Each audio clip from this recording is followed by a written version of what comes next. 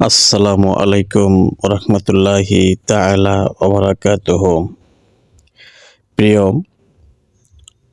18তম শিক্ষক নিবন্ধনের ভাইবা প্রার্থী হবু শিক্ষক বৃন্দরা, আপনাদের কল্যাণার্থে গুরুত্বপূর্ণ একটি আপডেট নিয়ে হাজির হলাম। এনটিআরসিএ আপডেটটি অত্যন্ত মূল্যবান আপনাদের জন্য, কারণ গত কয়েকদিনের ভাইবার আলোকে ঊর্ধ্বতন এক কর্মকর্তাকে, শুধু একজন নয়, পরিচিত কয়েকজন কর্মকর্তাকে, এনটিআরসি এর কর্মকর্তাকে জিজ্ঞেস করা হলে আমার ব্যক্তিগত পক্ষ থেকেই আলোচনা হয়েছে। তাদের জিজ্ঞেস করা হলে এই সম্পর্কে তারা গুরুত্বপূর্ণ তথ্য প্রদান করে। আসলে তাদের জিজ্ঞেস করা হয়েছিল, ভাই কি ফেল করানো হয়? এই ব্যাপারে তারা অত্যন্ত গুরুত্বপূর্ণ, যুগোপযোগী এবং আপনাদের কল্যাণমুখী তথ্য প্রদান করেছেন, যা আমি আপনাদের সামনে তুলে ধরতেছি। ভিডিওটি না টেনে সম্পূর্ণ ভিডিও দেখার অনুরোধ রইল, যাতে মূল মেসেজটি পৌঁছে যায়। Okay, let me start the video. Point আকারে আলোচনা করা হবে। প্রথমত, ভাইভায় কি ফেল করানো হয়? উত্তরে তিনি যা বলেছেন, প্রথমেই বলেছেন উপস্থিতি। অর্থাৎ প্রতিটা বিগত সালের ভাইভাগুলো পর্যালোচনা করলে দেখা যায় ফেল তো অবশ্যই করে, কিন্তু যারা ফেল করে তাদের মধ্যে যারা অনুপস্থিত থাকে তাদের বেশিরভাগই ফেল নিশ্চিত। আর উপস্থিত হলে নিচের যে 4টি অপশন দেয়া রয়েছে, এই 4টি অপশন ঠিক থাকলে বা 4টি অপশন ঠিক থাকলে অবশ্যই তারা পাস করবে, ফেল করার কোনো কথাই নয়। তাহলে উপস্থিতির বিষয়টা অত্যন্ত গুরুত্বপূর্ণ। আপনাদের অবশ্যই ভাইবা বোর্ডে উপস্থিত থাকতেই হবে, নয়তোবা ফেল হবেই। নাম্বার 2, উত্তর না পারলে আপনি উপস্থিত হলেন, তারা প্রশ্ন করলো, ধরুন আপনি কলেজ পর্যায়ে টিকেছেন, আপনাকে আপনার সাবজেক্টে কলেজের অর্থাৎ আপনার সাবজেক্টিভ বিষয়ে প্রশ্ন করা হলো, কারণ আপনি কলেজের লেকচারার হতে যাচ্ছেন, অথচ আপনি সাধারণ জিনিস পারলেন না। এটা কি কাম্য? এরকম কিছু ঘটলে আপনার ফেল করার সম্ভাবনা থাকবে। যেমন ধরুন, আপনাকে 4টা বা 5টা প্রশ্ন করা হলো, আপনি একটারও উত্তর দিতে পারলেন না। তারা কি আসলে আপনাকে তখন পাস করাবে? না, এমনটি যেন না হয়, এদিকে খেয়াল রাখতে হবে আর আপনাকে পড়াশোনা চালায় যেতে হবে। তারপরের অপশনটা তিনি বললেন যে তর্ক করলে, তার মানে আপনি উত্তর দিলেন, সঠিক দিলেন, কিন্তু তারা আপনাকে আপনার মন মেজাজকে ভাঙানোর জন্য, মনকে বিগড়াই দেওয়ার জন্য তারা একটু বলবেন তো না, কেমন করে কথা বলবে, আর আপনার সঠিক উত্তরটাকেও তারা বলবে যে হয়নি। তখন আপনি কি করবেন?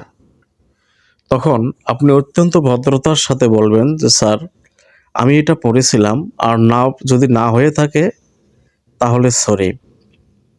তারপরে তথ্য, এখানে তথ্য বলতে কি বোঝা যাচ্ছে, তা হচ্ছে আপনার যে এনআইডি কার্ড রয়েছে বা স্মার্ট কার্ড রয়েছে, আর আপনার যে সার্টিফিকেটগুলো রয়েছে, একাডেমিক সার্টিফিকেট, মার্কশিট, এখানে আপনার সম্পর্কে যে তথ্যগুলো রয়েছে, প্লাস আপনি অ্যাপ্লিকেশন ফর্ম পূরণ করার সময় যে তথ্য দিয়েছেন, সে তথ্যগুলোর মিল যদি তারা খুঁজে না পায়, মিলের যদি ঘাটতি থাকে, তাহলে অবশ্যই ধরে নিন আপনি ফেল করবেন। তো যাদের ভাইবার এখনও ডাক পড়েনি, তারা অবশ্যই এই দিকগুলো বিবেচনা করবেন, ভালো করে লক্ষ্য করবেন, এবং ভুল ভ্রান্তি থাকলে তা অবশ্যই এখনও সময় আছে, সঠিক করে নেবেন। তারপর ৫ নম্বর ফ্যাক্ট হচ্ছে রিটেন মার্ক। আসলে আপনি ভাইভাই ধরেন পাস করলেন, কিন্তু আপনার রিটেন মার্ক কত? এটা অত্যন্ত ফ্যাক্টর। সেটা কি জন্যে? সেটা হচ্ছে আপনার চাকরি নিশ্চিত হবে কিনা এজন্য। মার্ক কম থাকলে চাকরি পাওয়ার সম্ভাবনা খুব কম থাকবে, তবে একটু ক্রিটিক্যালি স্কুল বা কলেজ চয়েস দিলে চাকরি হওয়ার সম্ভাবনা থাকে।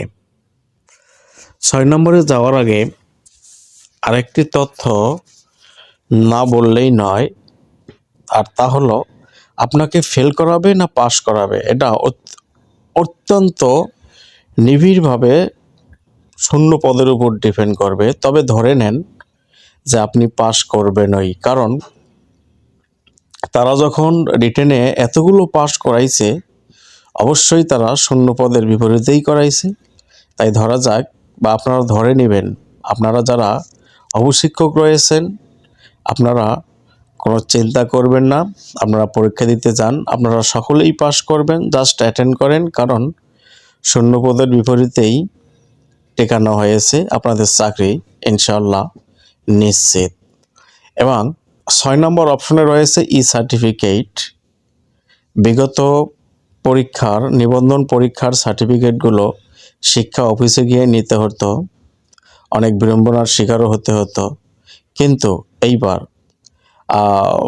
ভাইবা নেয়ার পরে যে চূড়ান্ত রেজাল্ট দেওয়া হবে, ঠিক তারপরেই কিছুদিনের মধ্যে আপনারা আপনাদের চূড়ান্ত যে আপনারা পাস করলেন, আপনাদের সার্টিফিকেট পাবেন। এই সার্টিফিকেটটি আপনারা আপনাদের মোবাইলের মাধ্যমে আপনারা এটা পেয়ে যাবেন ইলেকট্রিক হিসাবে। সার্টিফিকেট আপনাদের অর্থাৎ যে কোনো মোবাইল অপশনে গিয়ে এনটিআরসি এর ঠিকানায় তারা অবশ্যই লিঙ্ক দিবে, ওই লিঙ্কে গেলে আপনারা অবশ্যই সার্টিফিকেটটি পেয়ে যাবেন। তো প্রিয় আপকামিং শিক্ষকেরা, হবু শিক্ষক, হবু লেকচারেরা, আজকের এই ভিডিওটি এই পর্যন্তই থাকলো। আর আপনারা অবশ্যই আমার চ্যানেলটি সাবস্ক্রাইব করে রাখবেন।